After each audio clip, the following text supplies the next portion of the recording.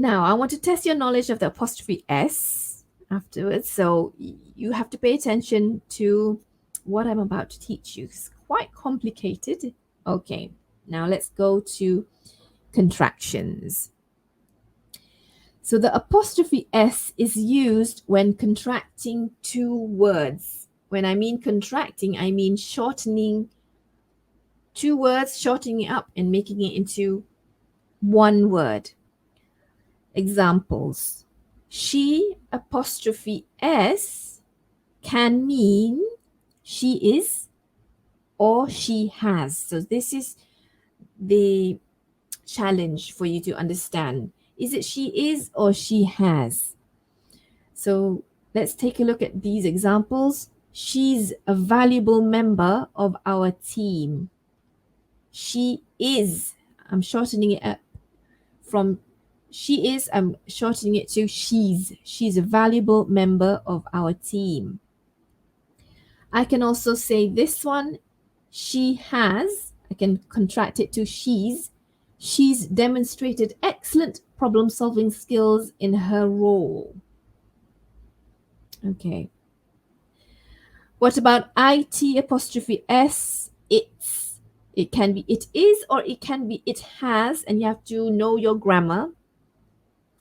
It is important to stay hydrated during hot weather. It's important. It has for number 2. It has been a long day at work. It's been a long day at work. Okay, so you do have to know your grammar for this one in order for you to understand, am I talking about is or am I talking about has? I'll tell you how to understand this. Let's take a look at number 3, whose. W-H-O apostrophe S. It can be who is. It can also be who has, depending on the grammar, right? I'm not sure who's in charge of the project. Who's in charge here is short for who is. Can you tell me who's got the keys to the conference room? Who has got the keys? Okay. All right. So how do we know? Is it is or has? So this is where you pay attention. Right. So the contraction has, right, is used with a past participle or what we call verb 3. So it will be has plus verb 3. Now, has plus verb 3 or past participle is used in the present perfect tense. Okay, this term here, it means that we use it to show that the action or the situation started in the past and continues in the present moment. Right, so it started in the past and continues in the present moment. That means it's still happening right now, but it began in the past. So first, you have to understand that verbs come in different forms. Let's call it verb 1 base form. Let me give you an example of the word work. The simple past tense form, let's call it verb 2, is worked. You just add ed. The past participle form is also ed, verb 3, ed, because this is what we call a regular verb, because all you have to do is add ed. Here's an example, has plus past participle. She has worked at the company for over 10 years. Oh, so she started in the past and she's still working at the company. It's been 10 years, quite a while, and she's still at the company. So she has worked at the company for over 10 years. So here has plus worked, which is the verb 3 form.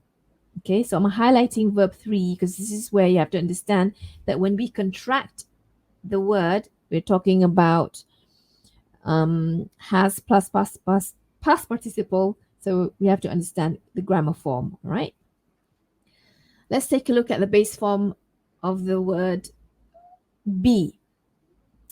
So the simple past tense form, we have was for I, he, she, and it, or were, you for you, we, and they. So be is very challenging for us to understand because they come in many forms. So be careful with this one. Now, the past participle form of verb 3 is been, right? So when I want to make it into a sentence where I put has, it would sound like this.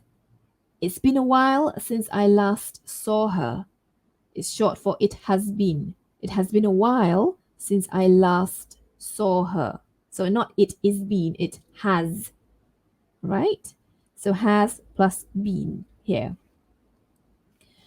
I'll give you another example. The verb is go. The simple past tense form of verb 2 is went. And funnily enough, or strangely enough, I would say, the past participle form of verb 3 is gone, right? Go, went, gone. So if I make it into a sentence, he's gone out and will be back in an hour. He has gone out and will be back in an hour. So has plus gone here, the past participle form. That's how you know if the S there, apostrophe S, is or has. If it comes with a past participle verb, that means it is has, not is, right? So not she is worked, not it is been, or he is gone, but she has worked, it has been, he has gone. Okay, I hope you're okay. All right. Now it is your turn. Let's test your knowledge. Is or has for this one. Number 1, who's finished their homework already? Who's finished their homework already? Is it who is or who has? Number 1. Number 2, I hope all's well with you. Is it all is or all has? Number 3, it's raining heavily outside, so don't forget your umbrella. Is it is or it has? Number 4, it has been or it is been a pleasure working with you. Number 5, he has or he is been working on this project for months. And number 6, she is or she has always willing to help others. I'll give you a bit of time. So based on what we have just learned, is or has, if you see a past participle, the third form of verb, that means it is has. Okay, that means it's has, basically. So you have to find out, where's the verb? Where's the verb? Okay, I will reveal the answers now. If you're still thinking, let's think together. Number 1, who has finished their homework already? Number 2, I hope all is well with you. Number 3, it is raining heavily outside. Yay. Number 4, it has been. Number 5, he has been working on this project for months. And number 6, she is always willing to help others. Brilliant. Wonderful. Good job, guys, if you got all correct. If it's still confusing for you, then this is something you can work on. Okay. Now I want to talk about the possessive S, because we also have an S to show ownership or possession. So the apostrophe S can indicate possession or ownership. For example, my money's worth. You might see that. It's not my money has worth. Oh, you'll see an example. Okay. I invested in a professional development course and I definitely got my money's worth from the valuable skills and knowledge I gained. So it's not my money my money is worth or my money has worth in this sense. The possessive S here means that possession, right? It's my money. You can think of it as punya, right? In Malay. Tuesday's lunch. So it's not Tuesday has lunch or Tuesday is lunch. It is the possessive form. So Tuesday's lunch was delicious. The lunch on Tuesday was delicious. Children's shoes. Oh, this is a difficult one. Take a look at this example. Our clothing store offers a wide selection of children's shoes. That means that the shoes basically belong to the children. Okay? All right. So be careful. We have to understand the contraction. It's not a contraction here. It looks like it, but it's not. This is the possessive S. Okay. So there are some exceptions to this. When we're talking about possessive pronouns like his, ours, its, hers, theirs, and yours, we do not put an apostrophe S. So he forgot his umbrella at home. The umbrella belongs to him. He forgot his umbrella, HIS, not HIS, and then apostrophe. Or ours. The house on the corner is ours, so it belongs to us. So I wouldn't put ours, OUR apostrophe S. That's incorrect. So ours have to be spelled OURS. For its as well, when we're talking about belonging to something, it. The company expanded its operation to new markets. So its, I'm talking about the company, right? So not IT apostrophe S. If I put IT apostrophe S, it means that it is or it has, which is not correct here. So be careful. So this is possessive pronouns, right? Pronouns. Here are some more examples of pronouns. Hers. The blue notebook is hers, while the red one is mine. Not the blue notebook is her, and the apostrophe S. Theirs is the same thing.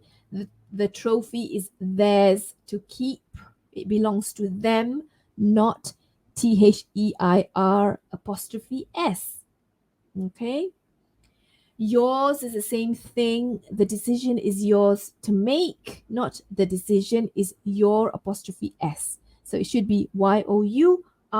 So be careful with these pronouns. You have to put S together. No, do not put apostrophe S. Here's some more challenging examples.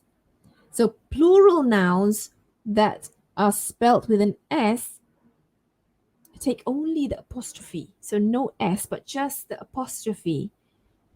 I'll give you some examples and then a quiz. We'll have a quiz after this, okay? My son's toys. So I have many sons. So the S belongs to sons there as a plural, but I'm saying that the toys belong to my sons. So it would be my sons with an S and then apostrophe only. My son's toys are scattered all over the living room. The ladies' room. So ladies, right? Many ladies. So I'm asking, where's the ladies' room? The ladies' room, the toilet, or you want to call it bathroom. The ladies' room, LADIES apostrophe, and then room. 2 weeks time. So 2 weeks, not 2 week, right? 2 weeks with an S there. And then so I want to say time. For example, this project is due in 2 weeks. Apostrophe after S, time. Okay. One last one. So I'm talking about many doctors. The doctor's office. The doctor's office is next to the hospital. So many doctors there. The doctors with an S and then apostrophe office. Not the doctors and then apostrophe and then another S. Because if I put too many S's with an apostrophe, it might sound like my son's toys, the ladies' room, 2 weeks' time, the doctor's office, which is not what I mean. So we do not pronounce these words with two S's. So do not put apostrophe S. Just put the apostrophe after S. All right. I hope that makes sense. We'll see whether it makes sense or not. What we're going to do is test you. You're going to spot the mistakes and you're going to correct them. Each sentence contains one mistake. So normally just look at the S where I put the S's and then whether I put the apostrophe correctly, whether I didn't put any apostrophe, whether there should not be an apostrophe.